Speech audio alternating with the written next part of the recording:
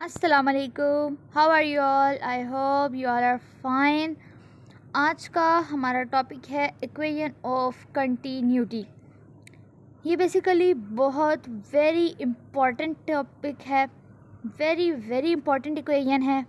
ये हर हालत पेपर में आती है। आप लोगों ने इसकी बहुत अच्छे तरीके से तैयारी करनी है।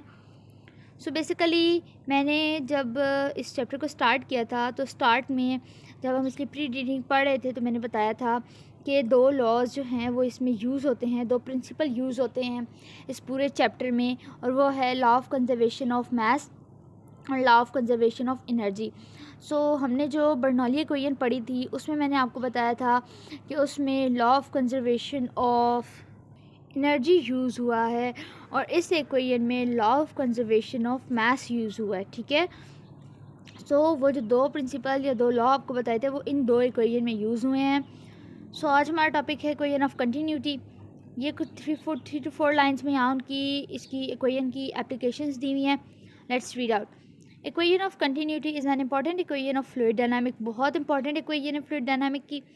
Common application where equation of continuity is used. अब कौन कौन सी कॉमन एप्लीकेशन है? Pipes, tubes, ducts with flowing fluids और gases, rivers, power plants etcetera. So ये एप्लीकेशंस हैं। उन्होंने अब फिगर दिया है डेरिवेशन करने के लिए, हम उसको देख लेते हैं। अब देख सकते हैं कि ये एक ट्यूब है, ये इसका लोअर एंड है, ये इसका अपर एंड है। लोअर एंड पे एरिया ऑफ क्रॉस सेक्शनल कितना है? A1। अपर एंड पे area of cross section A2। Lower and पे वेलोसिटी V1 और डिस्टेंस डेल्टा x1 है, जबकि अपर एंड पे वेलोसिटी V2 और डेल्टा x2 इसका डिस्टेंस है। To derive this equation, consider the steady flow of the fluid through a tube of varying cross-sectional area. Steady flow of fluid हो रहा है यहाँ पे, आपको नज़र आ रहा है, ठीक है।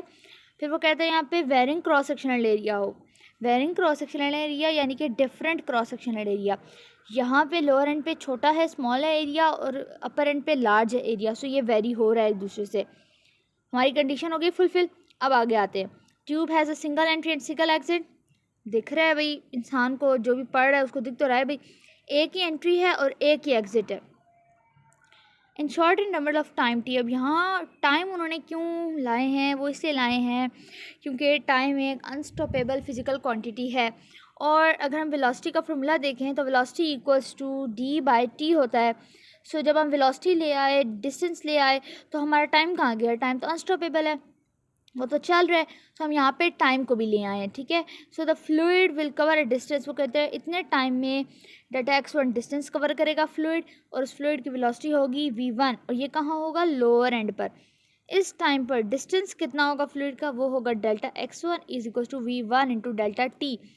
ये डेल्टा t इधर चला जाएगा, तो ये d जिसको हमने x कहा है ये इधर आ जाएगा, ठीक है। सो अब हम इसके अकॉर्डिंग चलते हैं। अब वो आगे कहता है कि now the lower end of the pipe the volume of the fluid will flow into the pipe will be what. वो कहता है अब जब लोअर एंड पे फ्लूइड का कोई वॉल्यूम तो होगा, फ्लूइड है, गैसेस और लिक्विड का मिक्सचर है, तो कोई ना कोई वॉल्यूम ज़रूर होगा। सो वॉल्यूम का फॉर्मूला आता है एरिया A इंटू एच, ठीक है। A इंटू एच हमारे पास किसका फॉर्मूला होता है? वॉल्यूम का फॉर्मूला होता है। सो यहाँ पे हम लोगों ने क्या किया है कि जो वॉल्यूम है ना उसको A इंटू एच के इक्वल ले लिया। अब h भी हाइट है या डिस्टेंस है और x भी डिस्टेंस है। सो हम दोनों ने x इक्वल्स टू h ले लिया, यानी कि ये दोनों एक ही सिंबल है, तो हम h की जगह x भी पुट कर सकते हैं। सो हमने यहाँ A1 इंटू, अब हम लोगों ने यहाँ पे 1 2 का नाम दे दिया ताकि कन्फ्यूजन ना हो। सो हमने A1 को x1 से मल्टीप्लाई करा के उसको v वॉल्यूम के इक्वल कर दिया, और x1 की वैल्यू हम पीछे पढ़ चुके हैं, x1 की वैल्यू है v1 इंटू डेल्टा टी। सो ये हमारी इक्वेशन नंबर 1 बन गई। अब वो कहता है कि जहाँ वॉल्यूम है, जहाँ ऑब्जेक्ट का मास है, वहाँ पे डेंसिटी भी इन्वॉल्व लाजमी होगी। सो डेंसिटी का फॉर्मूला आता है equals to mass by volume. So अगर मास को हम सेपरेट कर ले, एलिमिनेट कर ले, तो हमारे पास बच जाएगा मास m1 equals to p1 ρ1 into v1। अब ρ1 जो है ये डेंसिटी है, ठीक है। अब वो कहता है कि V1 की जगह हम उसकी ये वैल्यू पुट कर लेते हैं, A1 V1 into delta T, ये हमने पुट कर ली।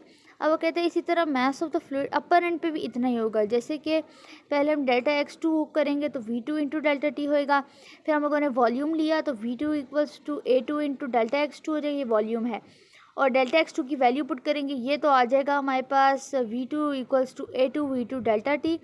और जब हम इसको मास के इक्वल लेंगे तो वॉल्यूम की जगह पुट करेंगे तो आ जाएगा आंसर हमारे पास ρ2 A2 V2 डेल्टा टी। अब वो कहता है कि जो V2 है वो फ्लूइड की वेलोसिटी है अपर एंड से, अब पाइप के अपर एंड से, ठीक है, यानी कि डेल्टा x2 के थ्रू। अब वो कहता है डेल्टा टी टाइम पर A2 क्रॉस सेक्शनल एरिया हो अपर एंड का। तो वो कहता है अगर आइडियल फ्लूइड फ्लो लें इसमें तो टोटल मास कितना कंजर्व रहेगा। सो हम इन दोनों इक्वेशंस को आपस में यानी इक्वेशन 2 3 को इक्वेट करते हैं, इक्वल ले लेते हैं। डेल्टा M1 की वैल्यू उधर पुट करेंगे, ρ1 A1 V1, डेल्टा टी यहाँ से दोनों से कैंसिल होगी क्योंकि सेम है, हमने पहले ही कैंसिल कर दिया, और डेल्टा M2 की जगह आ जाएगी ρ2 A2 V2। अब वो कहता है also if the fluid is incompressible, अगर फ्लूइड इनकम्प्रेसिबल हो सो डेंसिटी विल रिमेन कांस्टेंट।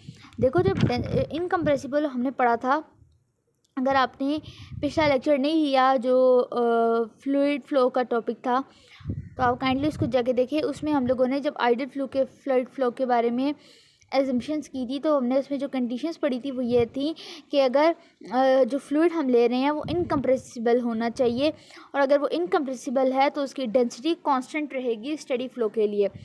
तो जब डेंसिटी कांस्टेंट रहेगी तो हमने ρ1 को ρ2 के इक्वल किया है और उसको रो के इक्वल कर दिया है, ठीक है। अब इक्वेशन कैसे हो जाएगी, दोनों तरफ हम लोगों ने चूँकि ρ1 की जगह ρ2 तो दोनों रो हो गई है, इसको हम आपस में काट देंगे और हमारे पास इक्वेशन बचेगी A1 V1 equals to A2 V2, ठीक है। अब यहाँ पे जैसे कि इक्वेशन आ गई A1 V1 equals to A2 V2, इस इक्वेशन को हम एक कंटिन्यूटी इक्वेशन कहेंगे। लेकिन अगर इसकी मज़ीद जनरल फॉर्म देखनी है तो इन 1 2 को हटाकर एक ही दफ़ा लिख के एक जगह कांस्टेंट लगा देंगे, फिर इसकी ज़्यादा जनरल फॉर्म हो जाएगी, ठीक है। यानी 1 1 को हटा दिया ना तो सेम हो गए, सेम को एक बार कॉमन करके लिख दिया तो एक जगह कांस्टेंट आ गया। फिर तो ये इक्वेशन क्या, ये इक्वेशन हमें किसी भी आइडियल फ्लूइड का प्रोडक्ट देती है। कैसे कि this equation state that for an ideal fluid, एक आइडियल फ्लूइड के बारे में अगर देखें तो ये इक्वेशन क्या कहती है, ये इक्वेशन क्या कहती है, ये इक्वेशन कहती है कि product of cross sectional area of the pipe के क्रॉस सेक्शनल एरिया और क्या कहते हैं पाइप में किसी भी पॉइंट पर जो फ्लूइड की स्पीड होगी उन दोनों का प्रोडक्ट हमेशा कांस्टेंट होगा। आप फॉर्मूले से देखें ना क्या कह रहे हैं कि ये इक्वेशन हमें क्या बताती है, एक आइडियल फ्लूइड फ्लो के लिए अगर जो पाइप है उसका क्रॉस सेक्शनल एरिया A और पाइप में किसी भी पॉइंट पर फ्लूइड की स्पीड, इन दोनों का प्रोडक्ट यानी इन दोनों को मल्टीप्लाई करके जो आंसर रहेगा वो हमेशा एक कांस्टेंट होगा, ठीक है। So this product is equals to the volume flow per second, यानी कि अब वो कहता है कि अब ये प्रोडक्ट किस चीज़ के इक्वल होगा, ये प्रोडक्ट इक्वल होगा वॉल्यूम, उस वॉल्यूम के इक्वल होगा जो पर सेकंड में फ़्लो करेगा, and simply the flow rate. Basically ये इक्वेशन हमें फ़्लो रेट बताती है, एक तो स्पीड क्या है, एरिया क्या है और किस टाइम पर इसने फ़्लो किया है। सो कहते हैं कि इक्वेशन ऑफ कंटिन्यूटी से हम ये बता सकते हैं कि जो वेलोसिटी वेलोसिटी है वो डायरेक्ट इन्वर्सली प्रोपोर्शनल है एरिया के। इसका मतलब है कि एरिया कम होगा तो वेलोसिटी ज़्यादा होगी और वेलोसिटी कम होगी तो एरिया ज़्यादा होगा, ठीक है। तो ये था आज का हमारा टॉपिक क्या कहते हैं इक्वेशन ऑफ कंटिन्यूटी का, जो कि बहुत ज़्यादा आसान है और आप लोगों ने बहुत अच्छे तरीके से इसको याद करना है और ये बहुत ही ज़्यादा इम्पॉर्टेंट है, वेरी वेरी इम्पॉर्टेंट। सो ये था आज का हमारा लेक्चर। तो अगर आप लोगों को इसमें से भी कुछ समझ नहीं आया, कोई क्वेरी है, कोई क्वेश्चन है तो काइंडली आप मुझसे कमेंट सेक्शन में पूछें, आई श्योरली आंसर यू। अब मिलते हैं अपने नेक्स्ट लेक्चर में, तब तक के लिए अल्लाह हाफिज़।